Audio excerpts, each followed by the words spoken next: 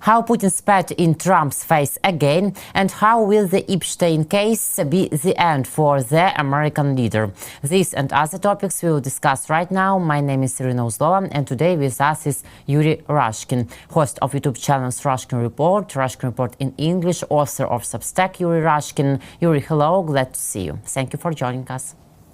Thank you for having me. It's been a crazy week, and first I just want to acknowledge that people need to think and talk more about what's happening in Ukraine. We're going to talk about different, variety of things, but I think that the cold in Ukraine right now is just really is getting to be a big story on its own, and that needs to be acknowledged. So, Slava Ukraini.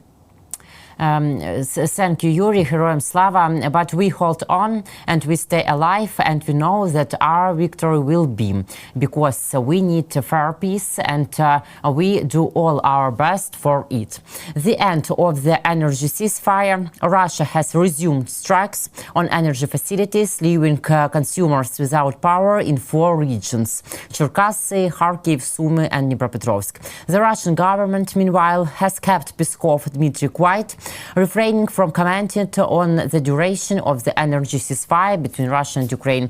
I have nothing to add to what I told you on the last conference call, where we specifically discussed February 1st. Dima Peskov replied as clear as ever when asked whether the energy ceasefire was still in effect or had expired last Sunday. Another terrible tragedy, and reason why negotiation a prosperity document now is senseless and fantastic.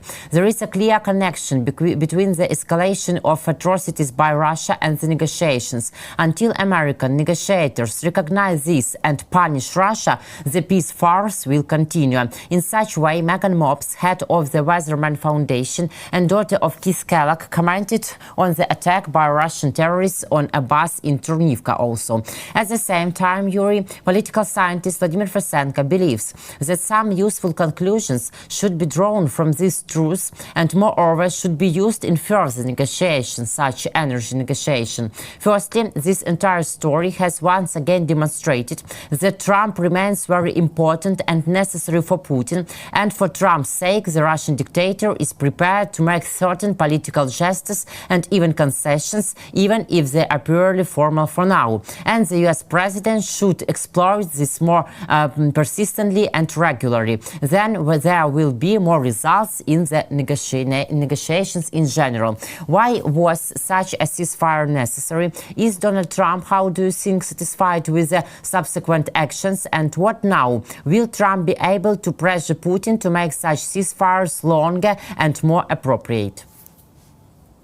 In the United States, I think we're starting to learn something that people in the Soviet Union, where I was born and spent some formative years of my childhood, learned as quality of air that's not really good, is that when you turn on TV, your government is going to be lying to you.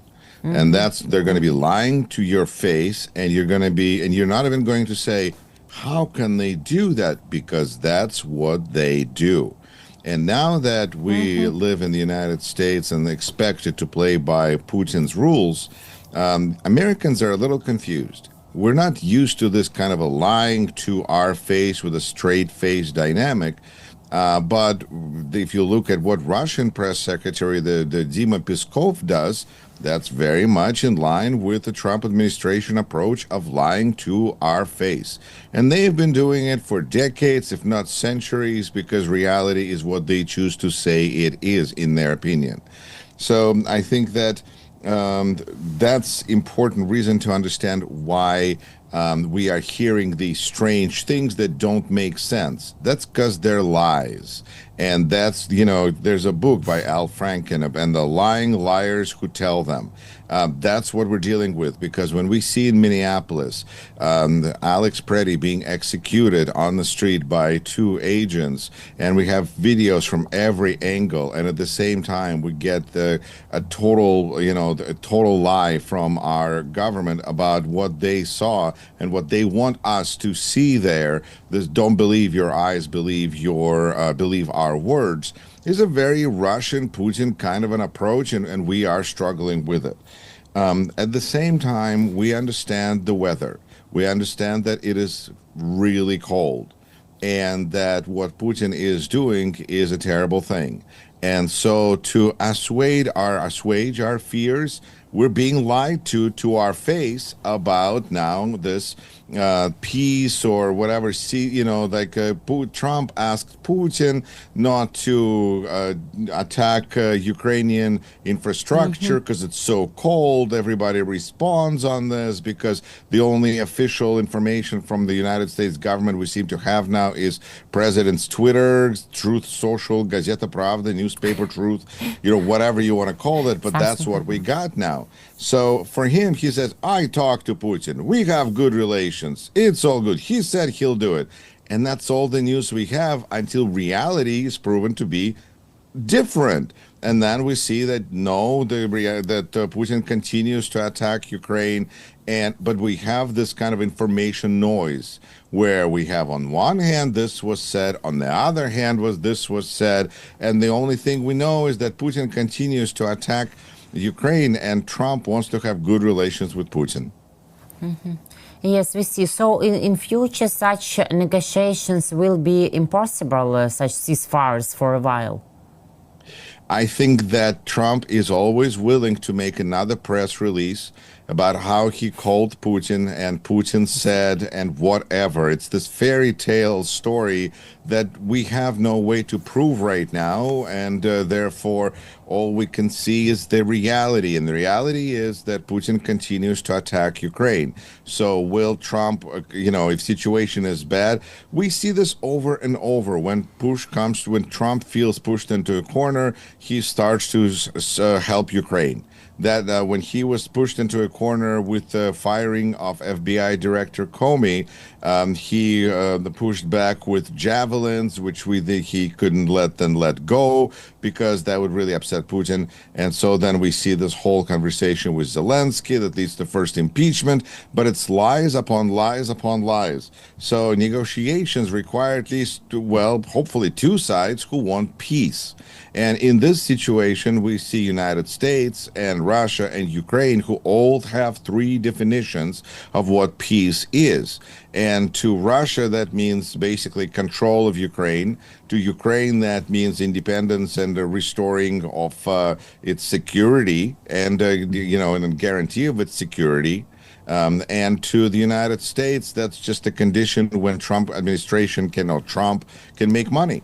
And right now, this is not a situation where he can make money, so this is bad. So he wants peace where he can make money. I think that's all becoming very evident, and that's why we see Russian policy in Dmitriev with all of his Potemkin villages. Oh, Trump is going to make so much money. Who is going to make money in Russia? Come on now. This is just it's going to fall apart. It's going to be spent on bribes. Nothing's going to get done. But Trump sees opportunity to put money in his pocket. And considering that just recently we had a latest story come out about $500 million that was given to Trump's cryptocurrency by some Abu Dhabi super wealthy influencer. So now Trump is willing to sell these super important computer chips to Abu Dhabi, which will turn around and supposedly likely sell them to China, which means selling out our national security. That's the administration. That's the spirit of the times we're in right now. So negotiations, well, I don't know. Is there something to divide? Is there some money to be put in somebody's pockets? If it's serious, that's when you have Witkoff and Kushner. That means that there's money in the pocket that's going to be occurring sometime soon. But as long as Ukraine continues to resist, all of these Potemkin villages are just castles in clouds, because nothing can occur, because Russia remains toxic, because Russia continues to act toxic. And imagining that Russia is going to stop acting toxic, well, that's some real optimism I do not have. Me too, really, because we see, you are quite right, the real events and real situation, current situation on the battlefield and all Putin's strikes against our peaceful Ukrainians. But at the same time, incidentally, it has also become clear that there is unofficial communication between the Kremlin and the White House, which is not publicly disclosed. For example, this weekend, Putin's special envoy, Kirill Dmitriev, again flew to Florida, where he met with Trump's special envoy Steve Witkoff and Jared Kushner. The results of this trip were not publicly announced. What should we understand about the nature and purpose of such a visit? Well, I believe there were some lies told on Instagram by Dmitriev, so it's not like nothing was said. I think he posted a picture of a beautiful beach. So there were some... Yes. It was... Right. So we have some reasons to suspect that they're not even hiding. And that's a big part of the problem. They should be hiding. They should be meeting in more in secret. Even the Epstein cabal was happening, even though it was in plain sight, but it wasn't being advertised on Instagram like Dmitriev is doing right now. This is really over the top. And they're showing that they can, and that's why they're doing it. Because you can have a journalist who is covering a protest event in Minnesota who gets arrested, but you have Dmitriev who posts from Miami or wherever he's sitting on the beach, and that's perfectly okay. There seems to be kind of a priority issue, national security kind of an issue here. But what is Dmitriev here to talk about? Well, about all the money Trump is going to make, all the Potemkin villages they're going to build. It's going to be incredible. All Trump has to do is provide pressure on Ukraine to surrender, to capitulate, and then, oh my goodness, there's going to be so much money in Trump's pockets. Trump will need a new suit to put all the money that is going to be filling his pockets and his family pockets and his friends' pockets. That's worth a conversation. You know, when we see how Jared Kushner speaks at Davos about Gaza like it's a PowerPoint presentation to investors, that's probably similarly of what's going on partially. But at the same time, after we know now what's going on with what was happening with Epstein case and what kind of perversions were apparently occurring where you have people who feel like there's no accountability, who act with impunity. Well, I don't know what they're doing in Florida right now. But Yuri, yes, money suit and money falling out of pockets. It's like Trump's and his partner's dream. But at the same time, Ukrainian President Vladimir Zelensky this weekend told to Czech media that Trump didn't say anything directly that we should surrender Donbas region, for example, and we didn't hear such condition from Trump.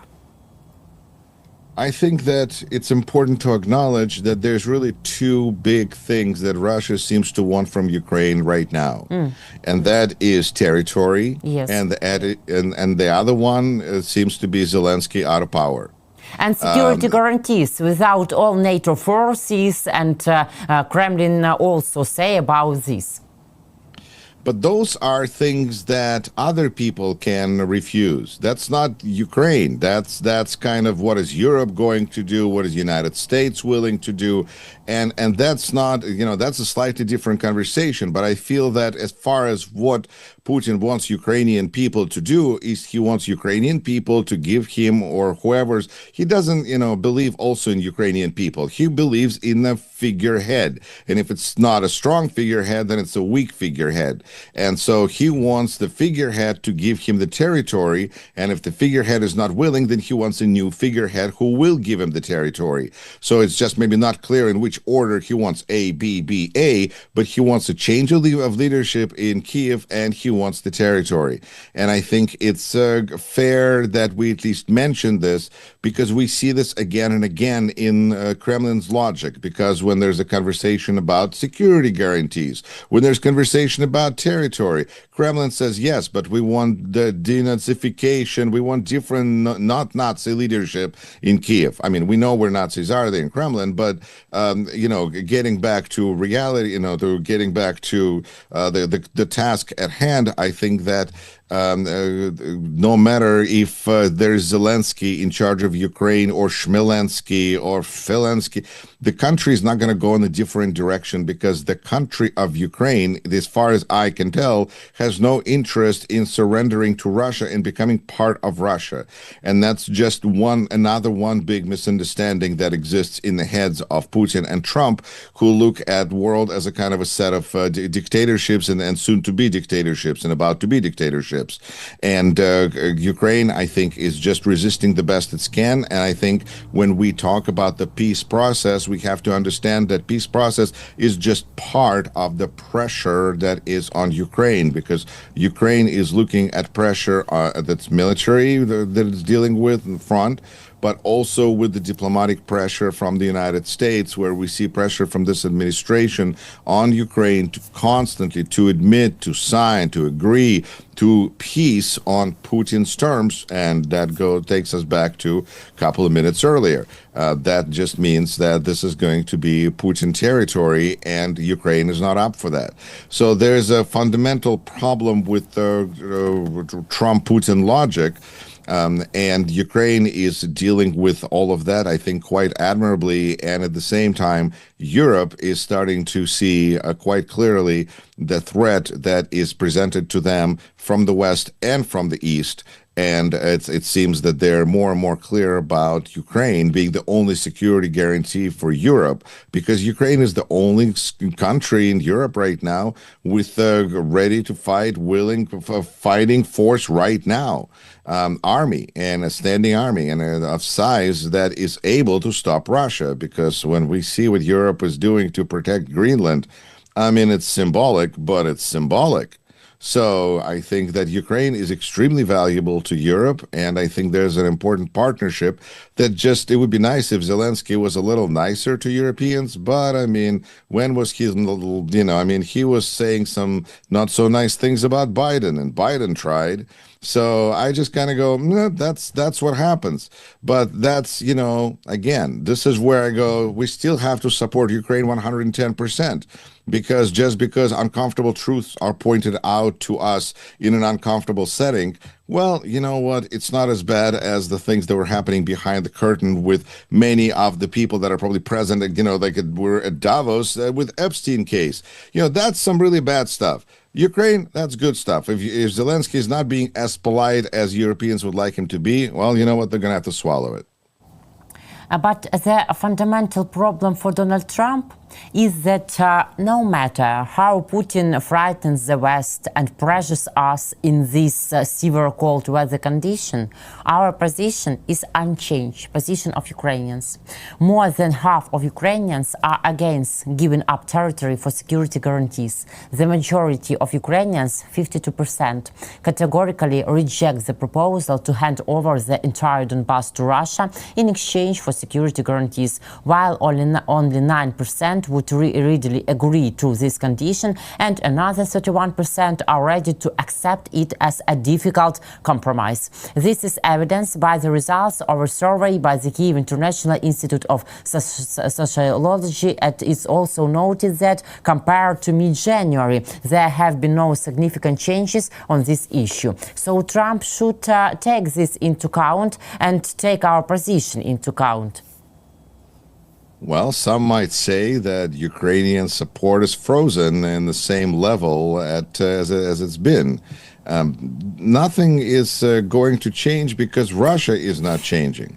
Russia remains the threat that it was in January, in December, in November, and 10 years ago. And, there was the short moment in the 90s when we made a mistake, clearly, with the Budapest memorandum taken away. But then at the same time, long conversations about was Ukraine in the condition to maintain its nuclear weapons. Those questions are long gone, in a sense that now we're dealing with today's question of Putin today, here, now. And I think that Ukraine clearly understands that, well, it's not giving up territory, and it probably should have some nuclear weapons.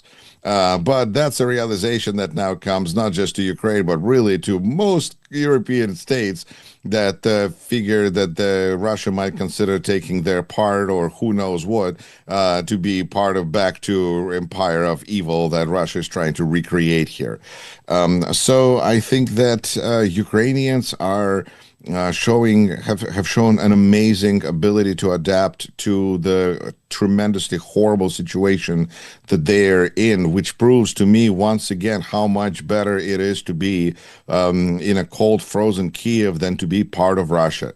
I mean, that's just incredible. The choice that people are making every day.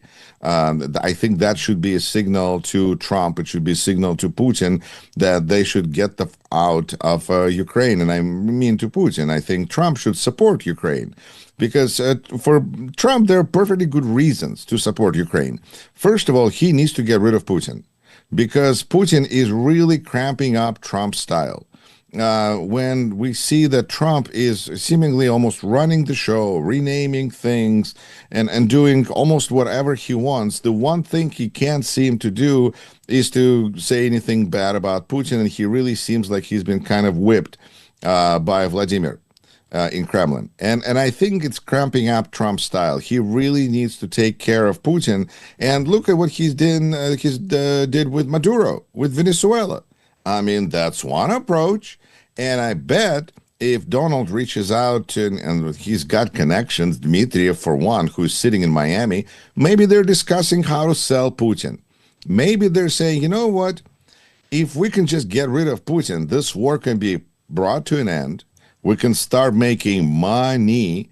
And then everyone will feel that Trump is the amazing peacemaker because he got rid of the biggest threat in the world, which is Putin. And clearly Norwegians, no matter what, will say, wow, because they understand Putin is dangerous.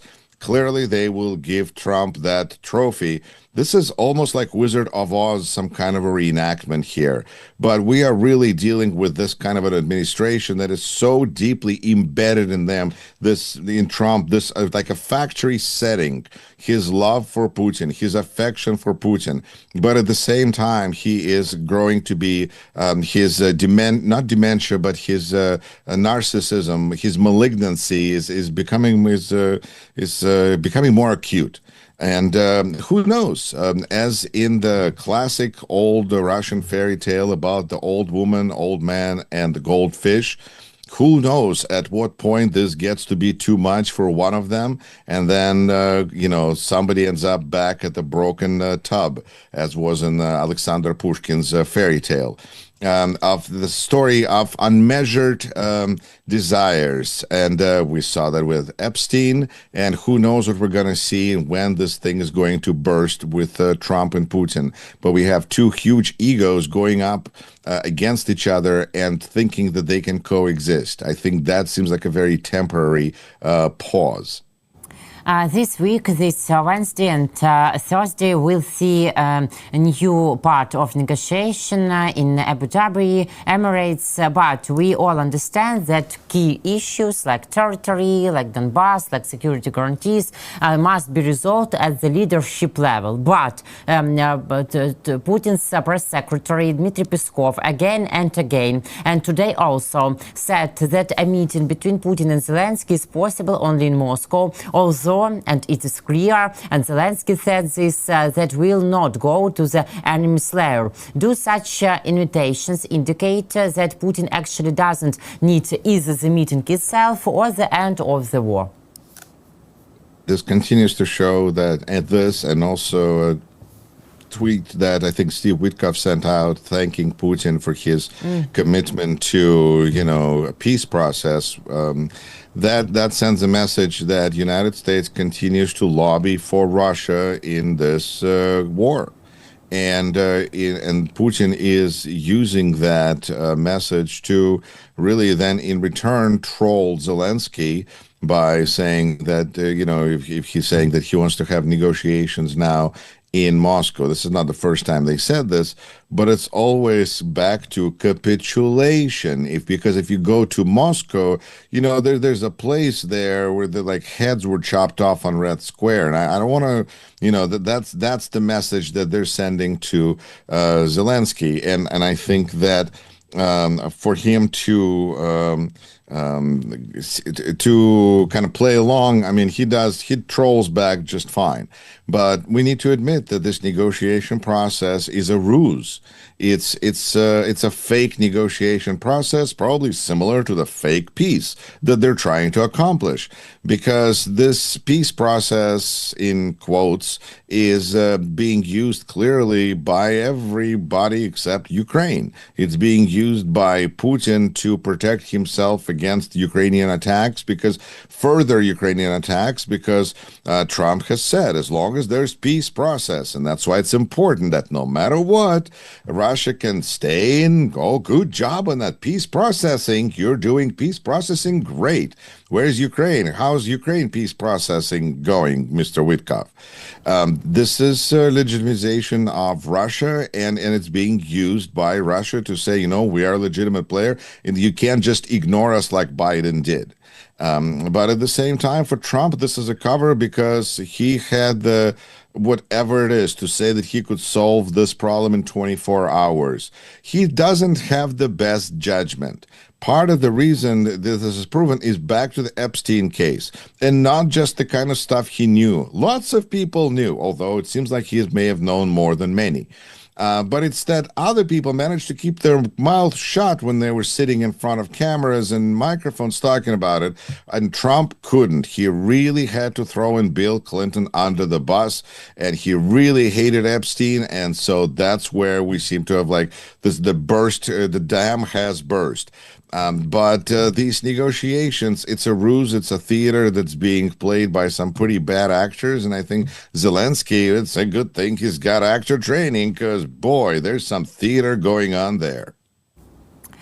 We will not invade Greenland, we will buy it. I never wanted to make Greenland the 51st state. I want to make Canada the 51st state. The Greenland will be the 52nd, and Venezuela could be the 53rd, said US President Donald Trump during a speech at the Alfalfa Club, reports the Washington Post. In Donald Trump's presidency, which constantly balances between sharp contrasts, there was another showy evening on Saturday, tuxedos and jokes about invading Greenland amid mass protests against his immigration policies. In the past week, the Trump administration has allowed the detention of a prominent journalist, Don Lemon, cited false allegation of fraud to withdraw ballots in Georgia, and also defended the actions of federal agents who shut a protest in Minneapolis. Can Trump use all his external activities to distract attention from his internal problems? And how catastrophic really could be the protests and the new wave of Epstein files be for him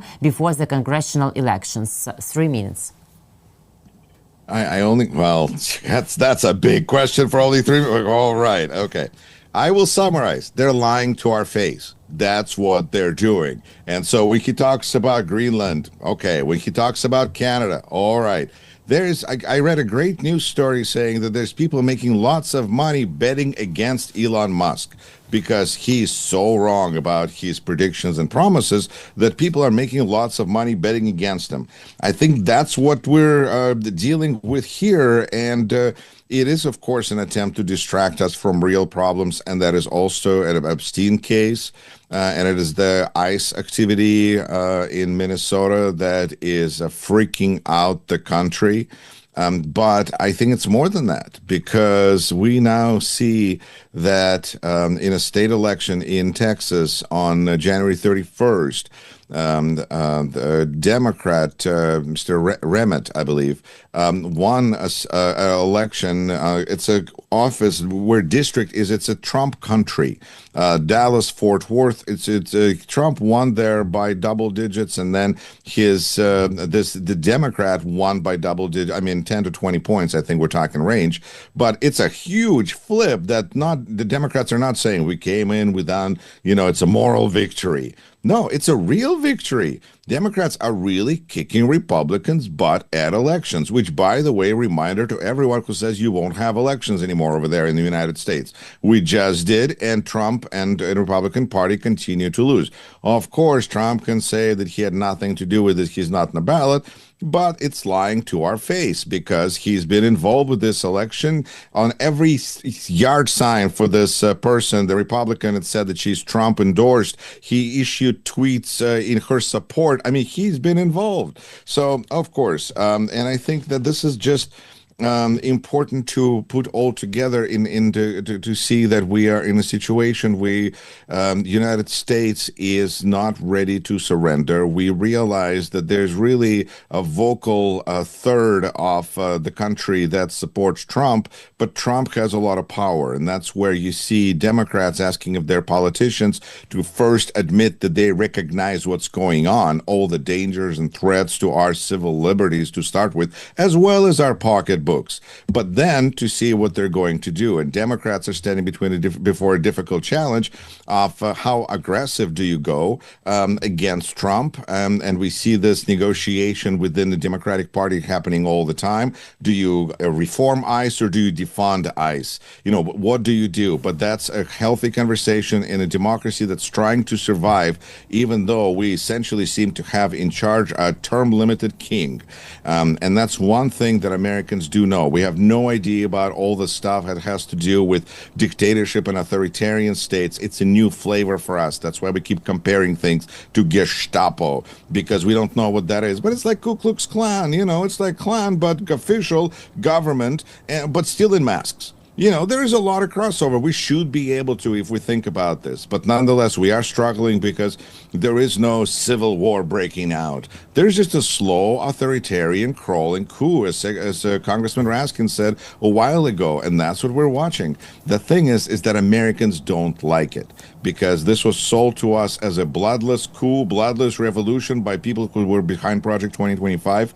Americans don't like it. We're standing up to it in protests, in courts, and in elections. Yuri, thank you very much for such deeply comments, for your position and opinion. We'll continue to discuss all of these topics next week. Take care. Take care. Yuri Rashkin, host of YouTube channel Rashkin Report and Rashkin Report in English, Rashkin News, Substack Yuri Rashkin. My name is Irina Uzlova. Guys, thank you for joining and watching us. Take care.